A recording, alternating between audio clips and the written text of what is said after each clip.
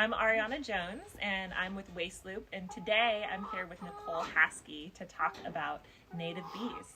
Nicole, could you tell us a little bit about how you first learned about native bees and what inspired you to get into it? Yeah, I actually, before I moved here about 6 years ago, and had been coming here. This is childhood family cabin. Grew up coming here, and about 6 years ago decided to move, and I was here kind of getting things ready for the move. I moved in winter, but this in late summer and fall, and I was sitting out on the deck, and I had a couple of bamboo poles for gardening that had holes drilled in them for doing whatever you do with bamboo poles. And while I was sitting on the deck, I started noticing these green iridescent bees flying in and out of the holes that were drilled in those. And I was just fascinated, and I was like, what are they? And I just kept watching them, and then the next day, when I came out and I looked at it, the holes were all covered up, like filled in with dirt or mud or something, and so I started investigating, like, what is that? Who knows what this is? And I found out they're mason bees.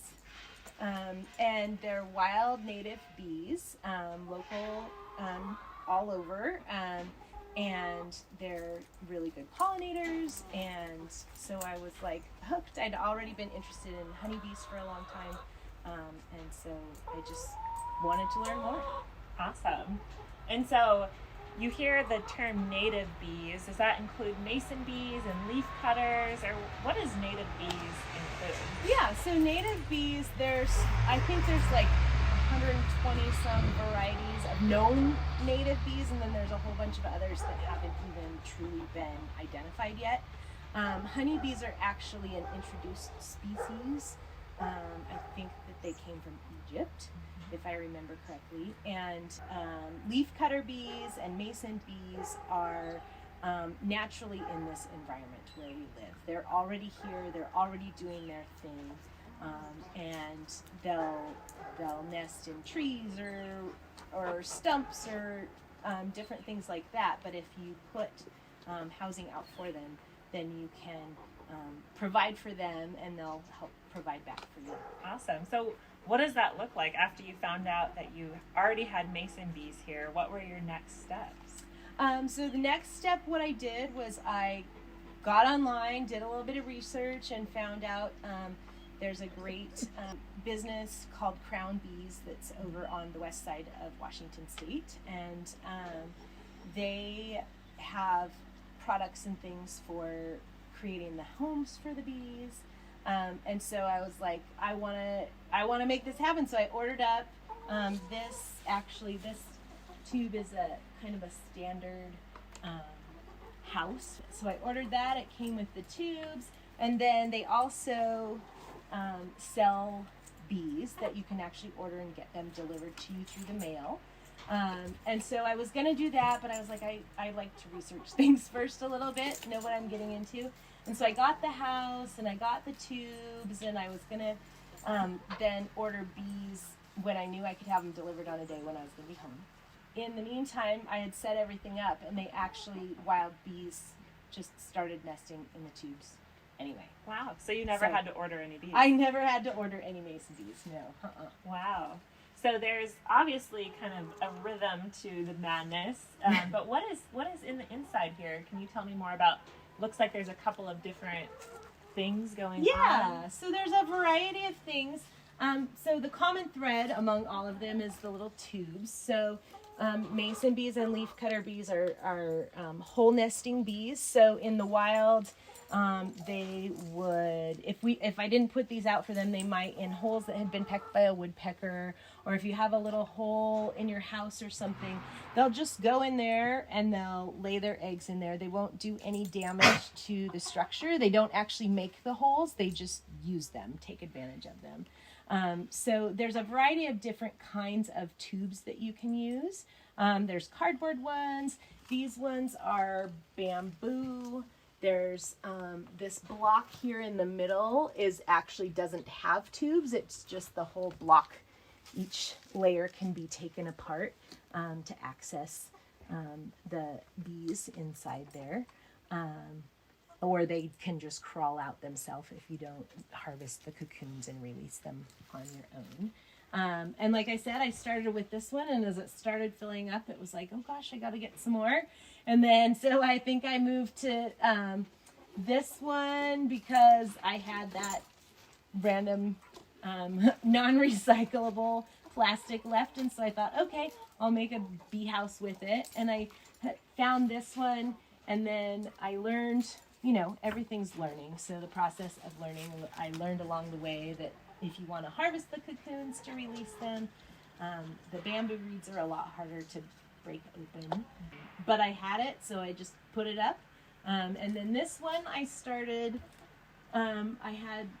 everything was filling up, and I wanted to keep providing for the bees. And so I put some tubes in there, and then I got this little square wooden block version, and then I started building around it. And this one has the hardware cloth over it because before I had the block in there, I had it kind of half filled with the tubes, and a bird thought it was a great protected area to build a nest. So it started building a nest in there, but it was kicking the tubes out.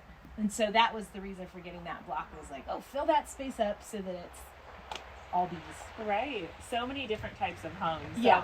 So aside from providing their shelter in terms of their providing for the bees and their habitat, is there anything else that you do to, like you said, provide for the bees? Yeah. I'm lucky enough where I live. So mason bees will use clay or mud, or a leaf cutter bee will use leaves, and they build a wall of mud or leaves, and then they lay an egg, put pollen in there with it, and then they build another wall, and they keep doing that until the tubes are filled up. Wow, so there's lots of larvae in them. So there's like 5 or 6 in any one of these tubes. Wow.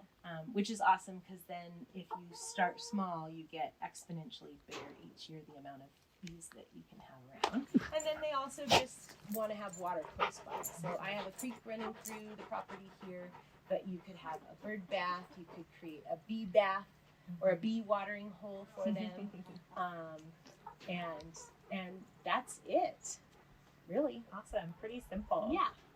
So when you're looking at kind of the different designs, like you said, some are easier to take out the larvae. So what does the kind of year-round look like in terms of being able to manage a system like this or to grow the system? Absolutely.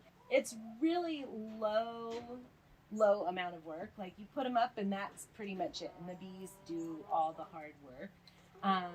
You can, if, like I said, if you don't have them already, you can buy the tubes. You can buy a really cool, this is made by an artist in Winthrop, this little house. And it comes with the tubes in it. And so it's made out of salvaged things, which is really cool.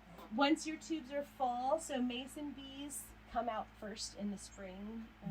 They fly at 55 degrees. So when it's consistently 55 degrees during the daytime, they fly then. And they are here where I'm at. They're typically around for about a month and a half, just doing their thing. And then they're done and their tubes are all filled, and then I won't see them again until next year. But then the leaf cutters come in and they fly at when it's consistently 75 degrees. And they keep doing their thing, and they do work longer through the heat of summer until kind of around now in the fall. Then they'll start backing off and you won't see as many of them. And then their tubes are done, and then we won't see them again until late spring, early summer. And then in the meantime, there's a number of things that you can do. One, you can just leave them up as they are. One thing that I've learned, as long as they have a little lip on the house to help protect them from the rain. You can just leave them there and they'll just reuse everything. Or you can harvest the cocoons out of the tubes, and then you actually put them in a special container in the fridge, and then you can release them when you're ready in the spring, where you want them, when you want them. So if the weather's off on a certain year, and it's warm early or if it's warm late, you can really decide exactly where you want to put them. And then you would just pull the tubes out and put fresh tubes in for them to nest in.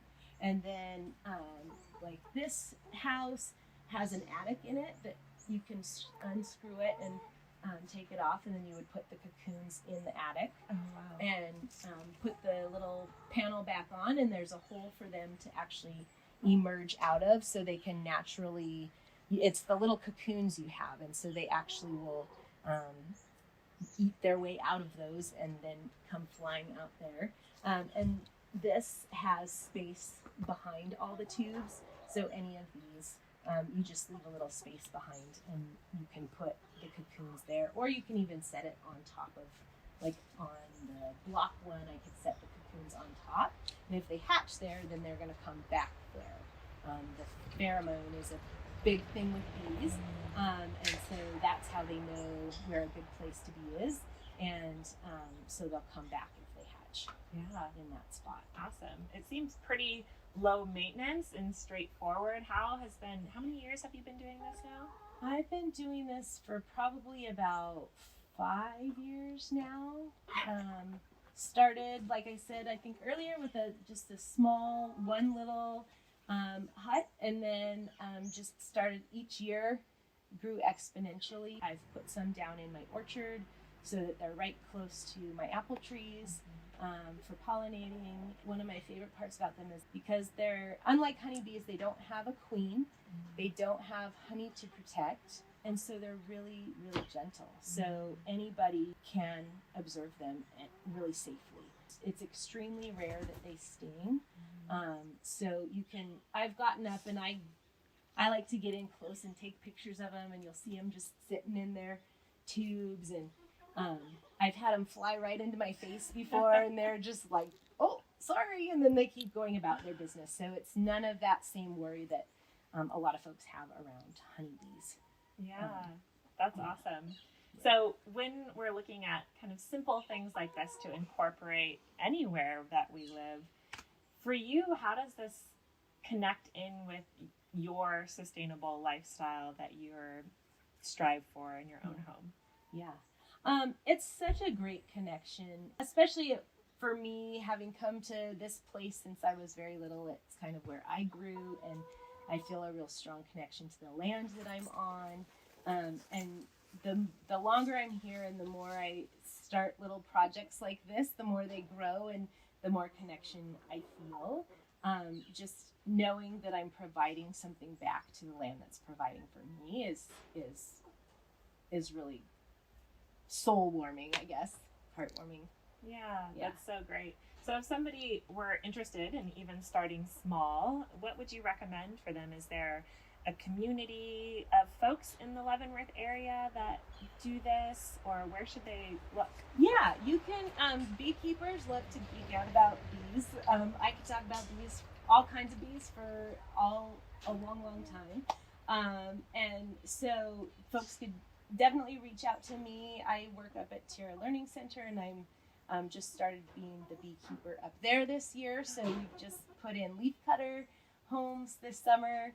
And so that's a great place. And I think just reach out and start asking people. And the more you just talk about it or express your interest, there's people. The community is so wonderful here. It's so strong. There's a beekeeping club and Washington State Beekeepers, which is mostly focused on honeybees, but like I said, bee people like to talk about bees, so they'll know a lot about mason bees and leafcutter bees as well. That's great. Sounds like there's a lot of resources.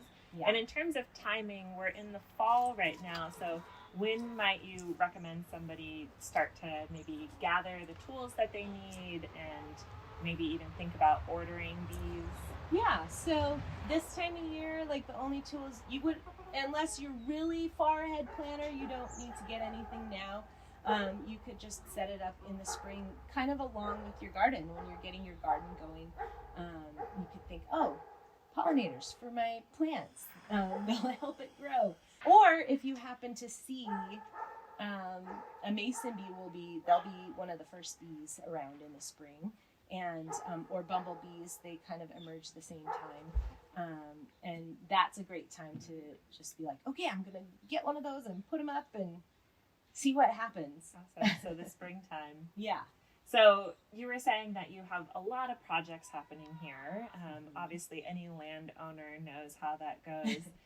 But it seems like native bees and mason bees can kind of be a gateway into just caretaking the land in other ways. What are some other things that this project has inspired you to dive into? Yeah.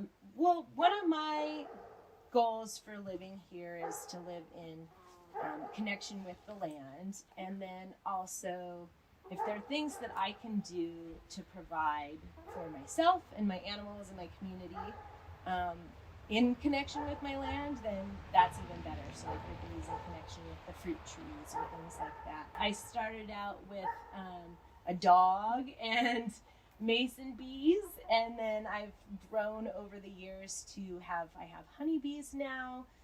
For the first time, they're a little more work intensive, but still wonderful. I've expanded my garden. You may hear chickens in the background. I've got chickens now. And the whole idea is that eventually everyone serves a purpose and has something to give.